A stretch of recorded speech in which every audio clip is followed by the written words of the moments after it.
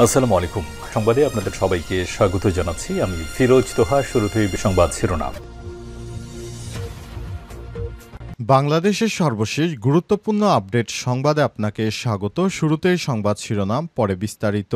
প্রথমেই জানাবো আমাদের হাতে থাকা সর্বশেষ গুরুত্বপূর্ণ সবথেকে তাজা আপডেট সংবাদ। নূরের উপর হামলাকারীদের শাস্তির দাবিতে জামাত ইসলামের বিক্ষোভ। নুরুল হক নূরের উপর হামলাকারীদের শাস্তি, পিয়ার পদ্ধতিতে নির্বাচন এবং জুলাই সনদের আইনি ভিত্তি বাস্তবায়ন এবং ফ্যাসিবাদের দোসরদের বিচারের দাবিতে রাজধানীতে বিক্ষোভ মিছিল করেছে ঢাকা মহানগর দক্ষিণ জামাত ইসলাম।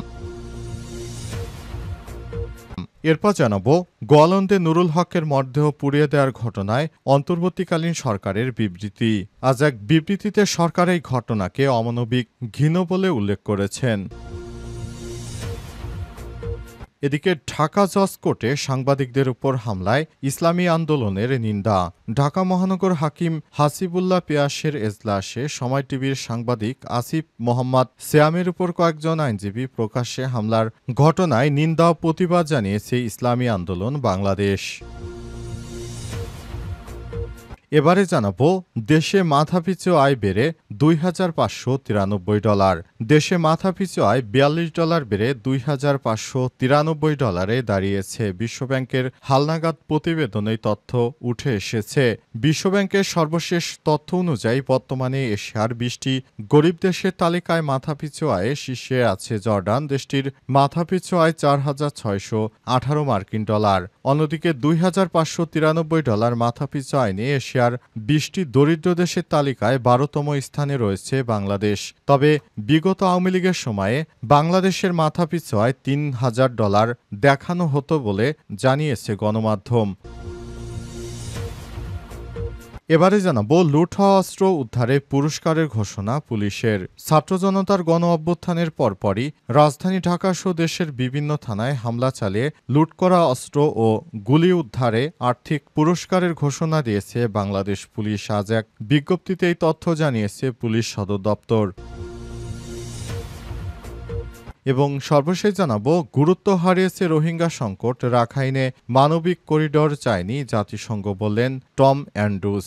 রাখাইনে মানবিক সহায়তার জন্য কোনো করিডোরের প্রস্তাব করে নাই বলে দাবি করেছে মিয়ানমারের মানবাধিকার বিষয়ক জাতিসংঘের বিশেষ র্যাপোর্টিয়ার টম অ্যান্ড্রুস। তিনি বলেন জাতীয় নিরাপত্তার সঙ্গে জড়িত হলেও বিশ্ববাসীর কাছে গুরুত্ব হারিয়েছে রোহিঙ্গা সংকট। প্রিয় দর্শক, এতক্ষণ শুনছিলেন সংবাদ শিরোনাম, এবারে বিস্তারিত। তবে তার আগে বন্ধুরা অনুরোধ থাকবে সংবাদটিতে একটি লাইক দিন। এই চ্যানেলে আপনি নতুন হয়ে থাকলে আমাদের সংবাদটি দেখতে দেখতে চ্যানেলটি সাবস্ক্রাইব করে রাখুন। কমেন্ট করে বন্ধুরা আপনার মূল্যবান মতামত জানিয়ে দিন আপনি বিশ্বের কোন দেশ থেকে বা বাংলাদেশের কোন স্থান থেকে আমাদের সংবাদটি দেখছেন এবং শুনছেন। আর বন্ধুরা, এই সংবাদটি আপনার সোশ্যাল মিডিয়া ফেসবুকে শেয়ার করে বন্ধুদেরও দেখার সুযোগ করে দিন। এবারে বিস্তারিত। নূরের উপর হামলাকারীদের শাস্তির দাবিতে জামাত ইসলামের বিক্ষোভ। নুরুল হক নূরের উপর হামলাকারীদের শাস্তি, পিয়ার পদ্ধতিতে নির্বাচন এবং জুলাই সনদের আইনি ভিত্তি ও বাস্তবায়ন ফ্যাসিবাদের দোসরদের বিচারের দাবিতে রাজধানীতে বিক্ষোভ মিছিল করেছে ঢাকা মহানগর দক্ষিণ জামাত ইসলাম। বৃহস্পতিবার বিকেলে এবং আজ শুক্রবার জাতীয় প্রেস ক্লাবের সামনে জমায়েত শেষে একটি মিছিল বের করে শাহবাগ দিয়ে গণ অধিকার পরিষদ আয়োজিত সমাবেশে যোগ দেন নেতাকর্মীরা। এতে নেতৃত্ব দেন বাংলাদেশ জামাত ইসলামের secretary general advocate Ehsanul Mahbub Zubair. মিছিল পূর্ব সমাবেশে বক্তব্য রাখেন ঢাকা দক্ষিণ জামাতের নায়েবে আমির advocate doctor Helal Uddin, secretary doctor Shafiqul Islam Masud, সহকারী সেক্রেটারি ডক্টর আবুল মান্নান, মহানগর নেতা আব্দুস সাত্তার সুমন প্রমুখ। অন্তর্বর্তীকালীন সরকারের প্রধান উপদেষ্টা প্রফেসর ডক্টর মোহাম্মদ ইউনূসের সরকার ক্ষমতায় আসার পর যারা ফ্যাসিবাদ বিরোধী আন্দোলন সংগ্রাম করেছে সেসব নেতাদের উপর হামলা কোনোভাবেই মেনে নেওয়া যায় না বলে বক্তারা মন্তব্য করেছেন। এ সময় তারা জানান এই সরকারকে খুব দ্রুত সময়ের মধ্যে যারা গণ অধিকার পরিষদের সভাপতি ডাকসুর সাবেক ভিপি নুরুল হক নূরের উপর যারা হামলা চালিয়েছে এই হামলাকারীদের অবশ্যই দ্রুত আইনে বিচার করতে হবে এবং সেনাবাহিনীর যারা এই হামলার সঙ্গে জড়িত তাদেরকে সেনা আইনে বিচার করতে হবে। তা না হলে দেশের জনগণ এটি মেনে নেবে না। কারণ নুরুল হক নূর ফ্যাসিবাদ বিরোধী আন্দোলনের একজন অগ্রগামী সৈনিক ছিলেন এবং অন্তর্বর্তীকালীন সরকারের প্রধান উপদেষ্টা প্রফেসর ডক্টর মোহাম্মদ ইউনূসের সরকার সেই আন্দোলনের ফলে কিন্তু ক্ষমতায় বসতে পেরেছে। সুতরাং তিনি যদি এই ব্যাপারে কোনো ব্যবস্থা না নেন তাহলে সেটি হবে একপেক্ষ বিচার, এমন মন্তব্য করেছেন বাংলাদেশ জামাত ইসলামের নেতৃত্ববৃন্দরা। গোয়ালন্দে নুরুল হকের মরদেহ পুড়িয়ে দেওয়ার ঘটনায় অন্তর্বর্তীকালীন সরকারের তীব্র নিন্দা।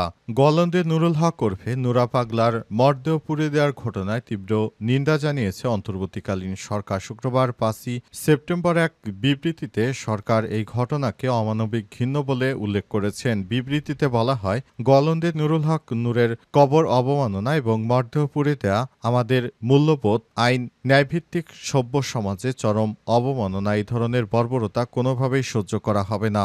অন্তর্বর্তীকালীন সরকার প্রতিশ্রুতি দিয়ে জানায়, আইনের শাসন সমুন্নত রাখতে এবং জীবিত কিংবা মৃত প্রতিটি মানুষের মর্যাদা রক্ষায় তারা দৃঢ় প্রতিজ্ঞ। এই ঘটনায় জড়িত দ্রুত শনাক্ত করে আইনের আওতায় আনা হবে এবং তাদের বিরুদ্ধে কঠোর ব্যবস্থা গ্রহণ করা হবে।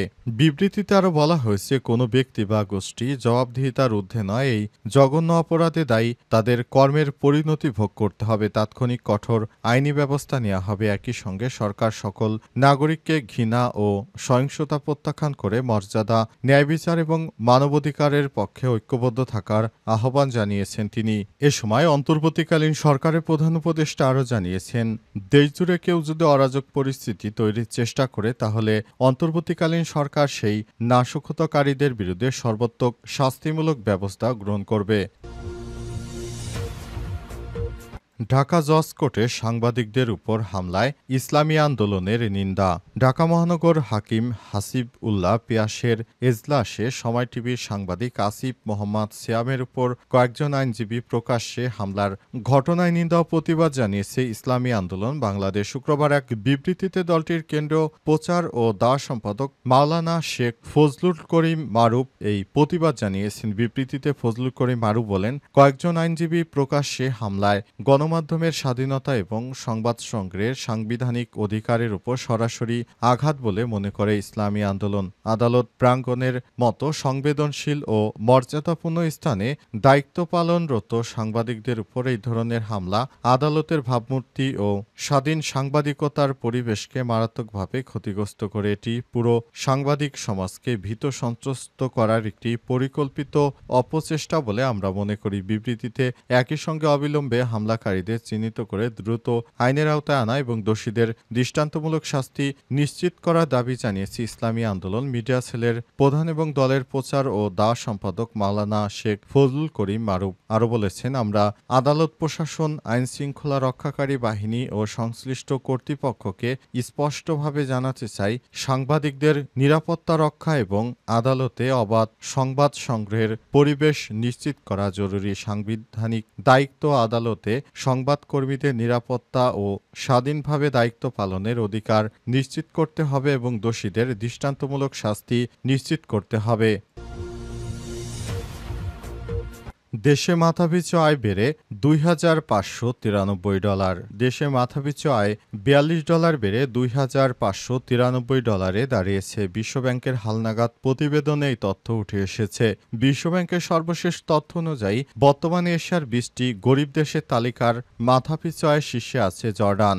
দেশটির মাথাপিছু আয় $4,618 মার্কিন ডলার। অন্যদিকে $2,593 মাথাপিছু আয় নিয়ে এশিয়ার 20টি দরিদ্রতম দেশের তালিকায় 12তম অবস্থানে রয়েছে বাংলাদেশ। যদিও বিগত সময় ভুয়া তথ্যের মাধ্যমে আওয়ামী লীগ সরকার মাথাপিছু আয় প্রায় $3,000 দেখাত।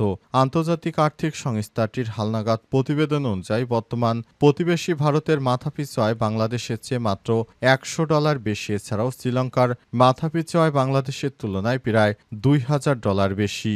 এ কারণে শ্রীলঙ্কাকে আর এই তালিকায় রাখা হয়নি। অন্যদিকে তালিকার 8ম স্থানে থাকা পাকিস্তানের মাথাপিছু আয় বাংলাদেশের চেয়ে প্রায় $1,000 কম। এছাড়াও বর্তমানে এশিয়ার সবথেকে কম মাথাপিছু আয়ের দেশ আফগানিস্তান, মাত্র $413।